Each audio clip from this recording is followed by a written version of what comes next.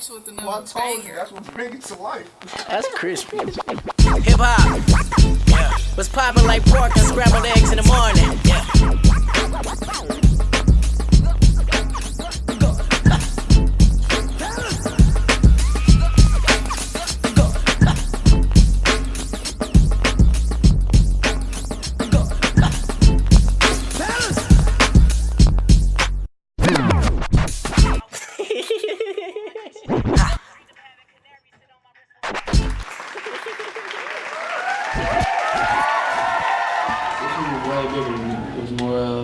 More artist influence. There was more artists present, and especially being upstairs inside St. Andrews, besides the shelter, just gives you a bigger view and a bigger vision of what y'all doing for the city of Detroit. So it was way bigger in my eyes. I was up top watching, and it was just funny from last year hosting, and then from this year being up top on the balcony and seeing the influence and people really supporting it. So. Okay. Did you hear like just any comments through social media or being there that day of the event, or even on Saturday you also sat on our panel for the BYOB Music Conference? Like, what was some of the feedback you was getting interacting with the attendees or just other peers from the music industry? How did other people feel about it, just the word of mouth behind? I mean, truthfully, honestly, some people are, I'm not elected, I didn't get picked, who makes the names, who picks the stuff, but that's just how the ball falls, you know what I'm saying? So if you're really working out here and if you're really doing what you got to do inside the city, you will be on that ballot. Right. So besides all the negative stuff, man, just, positivity. People respect that somebody will take the time out of their day to put an event like this together and to signature people in the city who are really hard work. Because some people feel like, win or lose, I got elected and somebody is seeing my hard work. And that's what's really what sits on the soul, you know what I'm saying? And what made you, in terms of the, what was it, Dex Osama record that you dedicated? Yeah, they for the best song. What made you do that? Well, the West Side song was the Blade come roll with it, hit a beat, sample, and shout out to Truth one time for making that beat. And I had a Sino, Mez the Monster, Payroll of Double Cash Out, and Matt Nichols as soon as he got home, one of the Lodge Boys, so all from the West Side. And great song, but I knew I didn't push it how I was supposed to. So that's why I sat back. When I knew I dropped the ball on that, I kind of just sat back because there was a lot dealing with that Blade sample and trying to shoot the video and trying to get clearances and this and that. And as me as being a DJ, I see the influence. Like, I know when a record is about to do it or when it's doing it when it's at its peak. There's a point in time where still to now, when you drop that Dex, it's out of any club, out of any Future, out of Geeked Up. When you drop that Def on me, the club going up. You can cut the music off, everybody know every word. From the white girls over here to the Latin dudes to, I'm at bar mitzvahs and they like, play that Dex. And I happen to have it clean. Dex got to me so before he passed.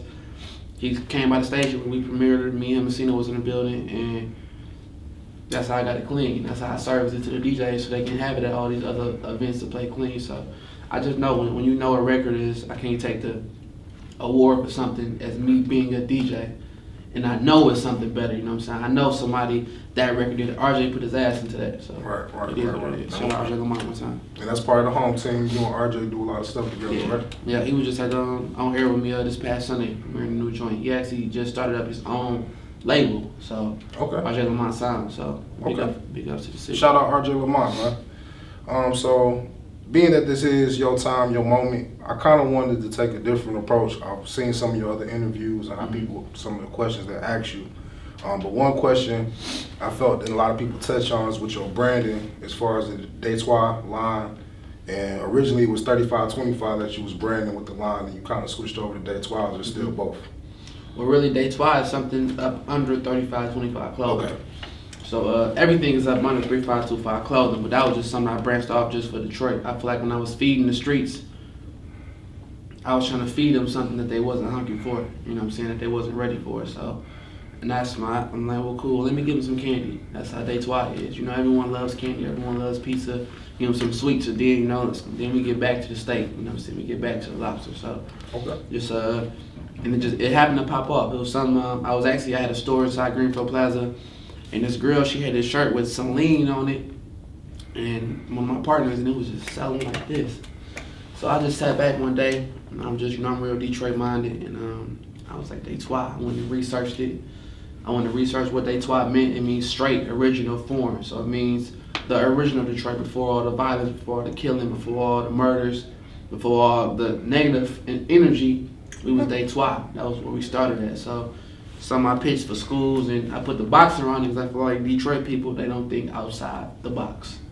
Gotcha. Their mindset is stuck inside this box. And it went from there to just picking up gradually. I watched it pick up, slow process, and I really didn't make no money off of like the first I said year and a half.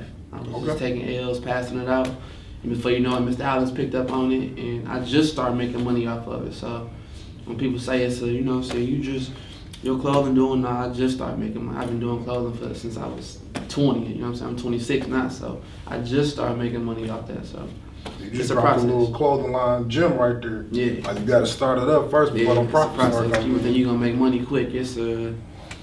I done passed out, and I'm still passing out free stuff because every time something new drop, you gotta service it to certain people, and you gotta make sure people have it posted up. It's social media world now, so. I got you.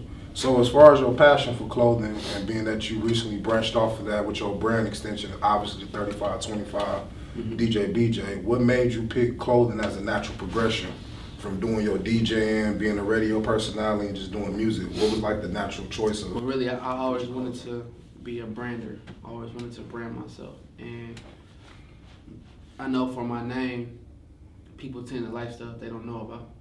So when I was in college, I researched No Limit, Bad Boys, all the groups, you know what I'm saying? And I researched Gucci, Fendi, Prada, and we really don't know where those names came from, like Gucci, Fendi, Prada. We don't know what that means, you know what I'm saying? We have but we like it.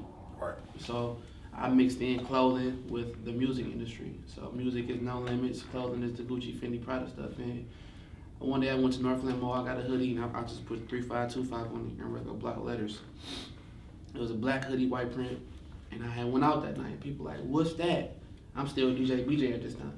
Right. I'm just like this. I'm like, this my new thing. This my, this what I'm about to call myself. So, and from there I went and got a yellow hoodie, white print, and before you know it, people was like, we want one. So that's when I had to bulk up, and that's when I started selling them and still passing them out for free. I'm breaking even this and but it was a branding process for my name. So I feel like when I get booked now, you can either book DJBJ or you can book 3525 World. It's two different things. If you want to book me to DJ, cool. But if you want promotions, you got to book the other person. You know what I'm saying? That's not even a person. You have to book that brand. Gotcha. So it was just separate myself from my brand. Clothing was one thing that I just knew would pop because of the seeing of the item. So in terms of your brand, with 3525 World, you got DJing as one side, you got the clothing as one side, you got the radio as another side. So of that mix, you're saying radio takes priority pretty much for everything else, or how does that go? Most of the time, radio takes priority, but radio will give you its run to. Gotcha. You know what I'm saying? It'll take priority, but sometimes you can't make radio your main priority because you still got life. Right. And sometimes radio will take a toll on your life because that's a full-time. It's a process where you never stop thinking. You got to know what's going on. If I don't know what happened on Love and Hip Hop last night, I'm missing. If I don't know what Kanye just tweeted, I'm missing. You know what I'm saying? So it takes a full-time toll. And every day, just imagine you walk into a room as a teacher, they have a different lesson every day. It's a new math problem, it's a new system. But I have the same platform. I got to make it sound different every day. Right. I know I got my hot 7 at 7, I mix at 8, I'm giving away tickets at 9. Stu comes in, and then we open up for relationship topic. But every day, that's a platform, but you got to make it sound right. Like it's just a whole different day. It's a whole new situation, but you got to keep it truthful, keep it real, and keep your listeners in tune. So it's a full, like the whole day I'm thinking about, I may hear something on the radio, I may see a post, or I got to screenshot it. Just so once I get on air, I can remember, or I got to text it to myself. Right. So it's a full-time process. I got you. Now you have another, I don't know if you would consider it as a part of the brand, but it's another like namesake, Pay Attention. You was doing Pay Attention mixtapes pretty much your whole entire career. You had the Pay Attention high school tour. I think you coined your radio platform when you on air as Pay Attention Radio. Mm-hmm. So where did the whole Pay Attention kind of namesake and branding come from? That actually came from me starting my clothing. So like I said, my clothing is not meant to be a clothing line. I feel like I have a lifestyle collection. I feel like most of my shirts is if they squad from Detroit, I like the original. I have stuff that say lifestyle because this is my lifestyle, to just be yourself. But that's where the pay attention came into play because people really paid attention to what was going on. And they feel like Detroit people was haters and all this and that. But you have no choice but to pay attention to someone who's working or anything that's positive that can, if you got kids, your kids may like it. Just imagine if you're a hater and your son come home and I went to his school that day. You know, DJBJ was at my school, but you can't be a hater in because you can't let that rub off onto your son. So people pay attention to a lot of things, and that's really where the whole pay attention came into play, because my whole movement of being here is not to be rich or to be famous. I want people to pay attention to the movement and pay attention to exactly what I'm doing, what I'm saying, and just know that my placement here is to really put on and make people pay attention to new music, to really what's going on inside the city. I got you. With the mixtapes, I know you were starting out with those early. What was like your first idea as to why you wanted to do mixtapes? Like, where did that energy come from? Like, did you want to produce artists at one point? Did you yourself want to rap at one point? Like, what was all the that? I actually used to be a doughboy back in the day, so I got a track with them. Okay. And then when I started DJing, it's like 5 elements to a DJ. You have a radio DJ. You have a DJ who really knows how to scratch and cut. You have you have a mixtape DJ. You have a mic DJ. You have a battling DJ. And I really wanted to hit all of them in a certain aspect, but not master all of them. Okay. So the radio DJ, cool. You know what I'm saying? Like I know that, but I haven't mastered it. Mixtape DJ, like that's my lane, but I haven't mastered it. Same thing with scratcher DJ. I can get down, but you're not about to see me cut like Mo Beats and Don Q, because instead of taking that lane of teaching myself every scratch from a crab to a baby scratch to this, I taught my lane into being on Pro Tools and mixtapes and letting this echo do this so I can bring the song back and add a gunshot and put a bomb and turn a song into a movie within 10 seconds, you know what I'm saying? So I took that lane of DJ, you know what I'm saying? That's when the mixtape falls into play. That's really somewhere you can really make a person like a song by talking mess on it and pulling it back, making a gunshot. I'm like, damn, that was sweet. Now they like the song, so you'd be surprised. Now with Imported from Detroit, which was your other radio platform before Pay Attention Radio, why did you make the decision to keep both? Because you're doing both Pay Attention and you're doing Imported from Detroit still. Why didn't you either merge them, being that you got all of this time and you pretty much the focal point or one of the focal points of the station now? Like, what was the choice to keep them both going? Well, really, when I started Imported, I really wasn't a jockey. I was just a DJ. Okay. I really wasn't an on-air personality. So I always, when me and Shorty was on radio inside our 7 o'clock mix, I used to always play a lot of Detroit music. And my boss used to be pissed. So I went to her like, well, if you don't want me to play no Detroit music, you have to give me something. You have to give me some time where I can play Detroit music. Gotcha. And she said, okay, well, cool. Well, Sundays at, it used to be at 8 o'clock. She said, that's our worst hour on air, because that's the most time Sundays people chilling, you know what I'm saying? Nobody listening to radio. They ready to get their stuff together for Monday, starting next week. And she was like, you can have that hour for just Detroit music. And I said, cool. I used to listen to TJ the Troubleman back in the day. He was on 97.9. He used to play all those stuff on Saturday nights. So I spent off his into my Imported, and it started small, and I just watched it just gradually just grow. And I knew once I got the full-time show, my boss was like, well, now you're on salary, so you can get rid of Imported. Like, we're not paying you for that. You can just stop it. But you didn't though? No, I didn't stop it at all. Okay. Bro. You good? So with the Imported from Detroit, outside of playing that local music on that hour on Sundays, you then decided to make it a showcase. Partner with Heineken.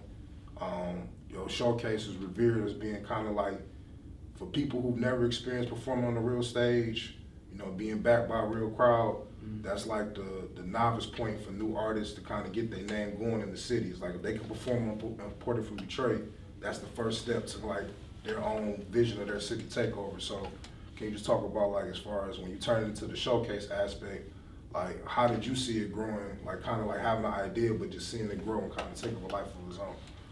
when I pitched it to Heineken, I really wanted to keep it on a small scale.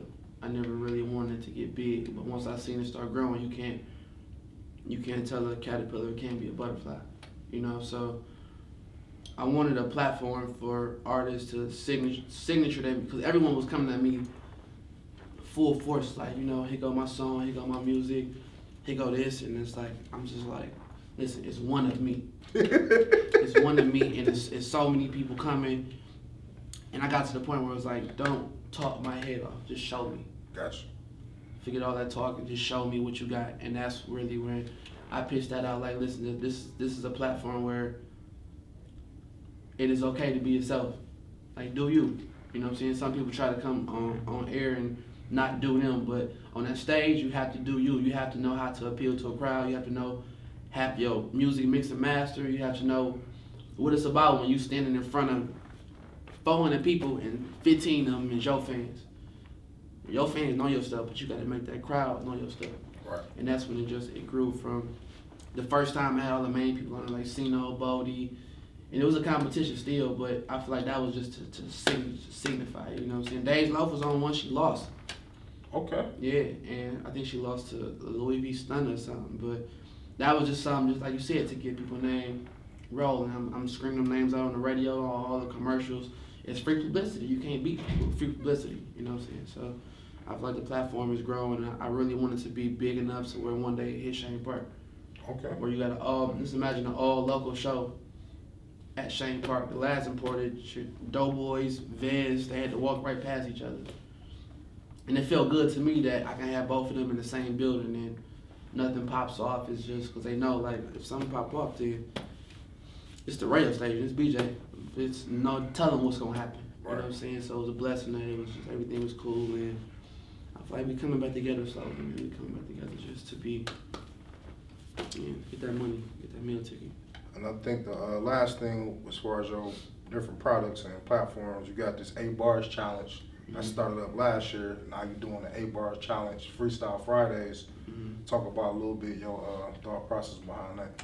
Well, one of the guys I'm really cool with, his name is Lieutenant Dre. He used to actually be on air with Sugar Ray when it was 105.9. Okay. And he works at Villa, and I was at Villa kicking it with him. He pulled online, and he pulled up the cipher. And I've been wanting to do that, something like that, for the longest, but I did not know how to set it up. Gotcha. Like, there was a bunch of them, 4 or 5 of them setting it up, and I researched that for about 3-4 months, and that was probably like around August. So when top of the year hit, I knew I was ready for it. It was time to kick it off. So I'm doing week 4 this week. Okay. So the platform is cool. Big Shine, he actually, once he got wind to it, I was doing it. He called in, gave me a drop, supporting it all the way. So it's dope. The 8 bar challenge platform, how everybody can't make songs, and you had to figure out something for other people that may not necessarily be an artist, but they just like to flow and be a rapper. Now you got a long history of working with a lot of talent from here, bro. A lot of people pretty much got their start, you know, having you either as their main DJ or doing a mixtape collab with you. So kind of, you know, take us back down memory lane. What were some highlights you remember from working with like Dusty McFly, Icewear Vezo, Doughboys, Shorty the Prince? Like, what were some highlights? All right, let's do this. You name an artist, let me tell you the highlight. All right, Dusty. Dusty was Buffy's and Benny Hanna's one with Greg Street. That's what that was the one. I remember being in my studio. That's when I had my crib on 8 Mile in the basement, and we was like, the mixtape dropped in like 2 hours, and he sent me all the files. Like, bro, we gotta get it done. And I was locked in there. Song by song was coming through the email, and we still made that deadline too for print up and everything. So it was a stride, bro. But that let me know, like, it's time to work. So what was, like, as far as him as an artist during that period in his career, what did that project mean for him? What did it mean for you? Like, I mean, it meant a lot. I remember when they sent us the I'm Out Here record.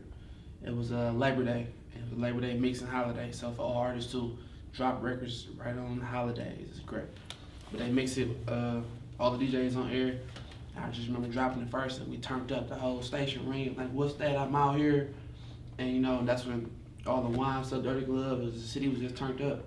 So when that mixtape dropped, it was waiting on me. You know what I'm saying? I love an artist who drop a mixtape while a single is hot, but it's coming down a little bit. You never want to drop a mixtape when a single is just buzzing up, because not all the attention is off the single.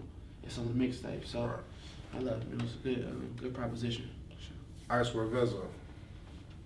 Vezo, I remember right before he got locked up, we had dropped 0 Below 2. He had threw it on live mixtapes. It turned up. He rapping off all the industry beats. And while he was in jail, Chanel had sent me money from him. Okay. And she was like, I think this is the one, let's run with it. And I was like, I heard it. I had threw it on another mixtape, Straight Bucket Naked Part 2. And it had blazed up off that mixtape. And before you knew it, once something get hot, I throw it on the airwaves. And people was calling me, what's this? This is on the Sunday show. I'm like, this the new Icewear. What's this? And it was just, by the time he got home, he walked out the jail cell hot. Just like, it was just, you know what I'm saying? It was a welcome home party. Chanel used to tell me, I don't know where he was at, but they used to hear the radio. They used to hear the money phone playing, so that's crazy, man. Doughboys Cash Out. I went to high school with them. They're my dogs. We had some differences, but you know, now it's time to get money. So, you know, it is what it is. I dog hoes was the first record I broke. My boss told me, you play this, you're losing your job, flat out. And I played it. She was tripping on me, but ratings went up.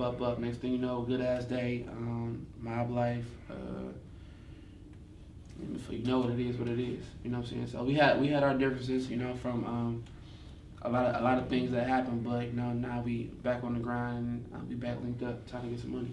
Sino's my brother from another mother. He I rock with Sino so heavy because before he knew I was a DJ, he was rocking with me. Gotcha. He used to be at my baseball games when I was in high school, you know what I'm saying? Not because he wanted something from me, just because he knew I was a cool young cat, you know what I'm saying? So, and he didn't even know I was a DJ. So once he like, you know, you DJ? Oh, come on, bro. Like, what's up? Let's link up. And it was like, he kind of took me in under his wing. Not just happened to branch up, blow up. And it's like, you know what I'm saying? You can't never, like, he's still working hard. It's respect. So if I can get any artist popping on right now, it's going to be Sino. I put 100,000 up for him right now, 200,000 any day. No matter what song he put out, I'm supporting it. I got you. So people like, I want that Sino love. You can't buy that. You can't pay for that. That's in the blood. That's way back. You way don't have back. to come around me for 7-8 years and just say what's up before you even throw a song my way. You know what I'm saying? To get that Sino love. Shorty the Prince. Man, me and Shorty done did a lot together, man. We done did a lot, good things, bad things, but this may sound a little funny, but we sat in the car one day and we cried. We cried just about life, cause me and him was just. It's funny when you meet somebody who they got the same ambition and goals as you. I got you. And y'all got the same grind, but you just be to a point in your life you just like, I don't know if I can take it no more. I don't know if I can do it. I don't know if I'm gonna make it. It's just too hard. So we sat down there, cried like, man, what's next? You know what I'm saying? That's when blessings come. I mean, I love a new follower, a new listener. So hit me up at DJBJ 3525, Instagram, Twitter, Snapchat, Mr. 3525. You gonna see a whole totally different side of me. And online too, DJBJ3525.com, or the clothing, 3525clothing.com, Hot 107.5, 7 to 12, Monday through Friday. Black Bottle Boy, Wingstop, Heineken. Hey man, Boost Mobile, we getting to the money. What up, dog? And it's your man B Scarber, aka real name no gimmicks, DetroitRap.com, Underground Hip Hop Awards, signing out. Follow me at GrindLife313, Instagram, Twitter, and also follow us at DetroitRap on Instagram and Twitter as well. Salute. Peace. Oh, Cash with another Well, I told you, banger. that's what brings it to life. That's crispy. Hip hop. Yeah. What's poppin' like pork and scrambled eggs in the morning? Yeah.